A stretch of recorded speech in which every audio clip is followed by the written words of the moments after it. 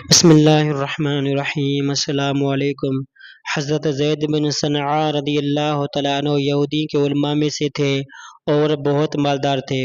وہ مسلمان ہوئے تو تمام غزوات میں نبی کریم صلی اللہ علیہ وسلم کے ساتھ شریک رہے۔ ان کی وفات غزوہ تبوک کے سفر کے دوران ہوئی۔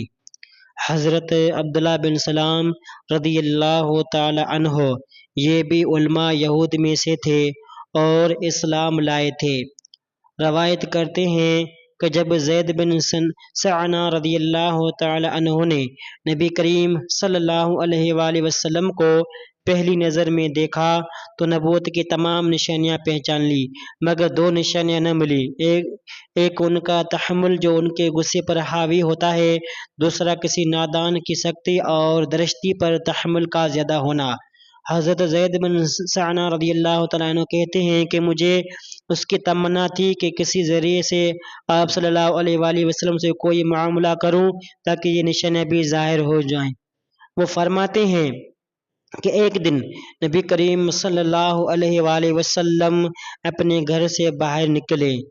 ان کے ساتھ حضرت علی ابن ابی طالب رضی اللہ تعالی عنہ بھی تھے۔ اتنے میں ایک دیہاتی سوار آیا اور اس نے عرض کیا، یا رسول اللہ صلی اللہ علیہ وآلہ وسلم، فلاں بستی کے لوگ مسلمان ہیں اور فاقے میں مبتلا ہیں۔ آپ صلی اللہ علیہ وآلہ وسلم مناسب سمجھیں تو ان کے پاس کچھ کھانے کا بھیج دیں۔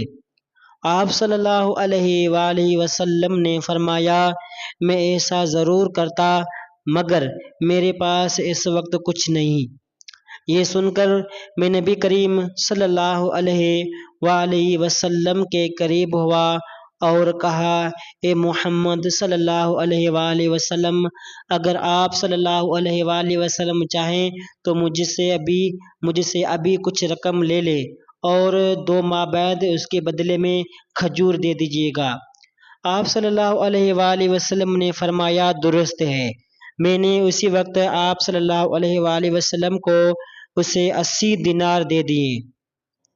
حضرت زید بن صنعاء رضی اللہ تعالی عنہ کہتے ہیں کہ جب 2 مہینے پورے ہونے میں صرف 2 دن باقی تھے تو نبی کریم صلی اللہ علیہ وآلہ وسلم کے پاس آیا۔ آپ صلی اللہ علیہ وسلم اس وقت ایک جنازے کے لیے باہر نکلے۔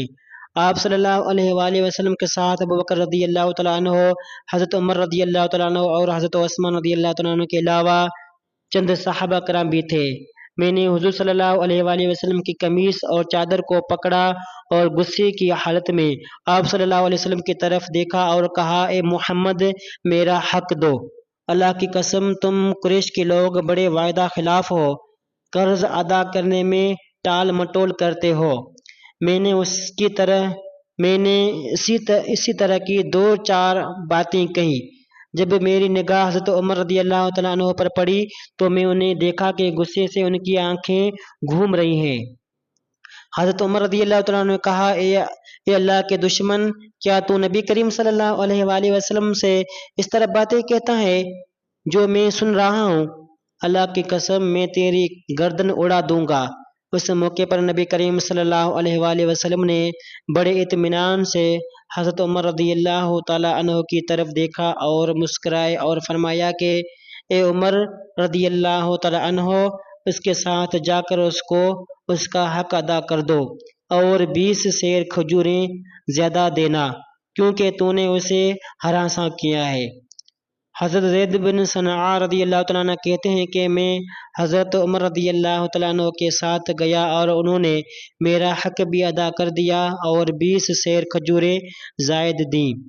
میں نے عرض کیا، اے عمر رضی اللہ تعالیٰ عنہ، کیا تمہیں معلوم ہے کہ یہ سب کچھ میں نے کیوں کیا؟ یہ اس لیے کہ میں محمد صلی اللہ علیہ وآلہ وسلم کی ساری نشانیاں پہچان چکا تھا، صرف یہی 2 علامتیں باقی تھی جو پہچان لیں۔ تم گواہ رہو کہ میں نبی کریم صلی اللہ علیہ وسلم پر ایمان لایا۔ اور اس کے بعد حضرت زید بن صنعاء رضی اللہ تعالیٰ عنہ نے رسول اللہ صلی اللہ علیہ وسلم کی خدمت میں حاضر ہو کر اسلام قبول کر لیا۔ جزاک اللہ خیر۔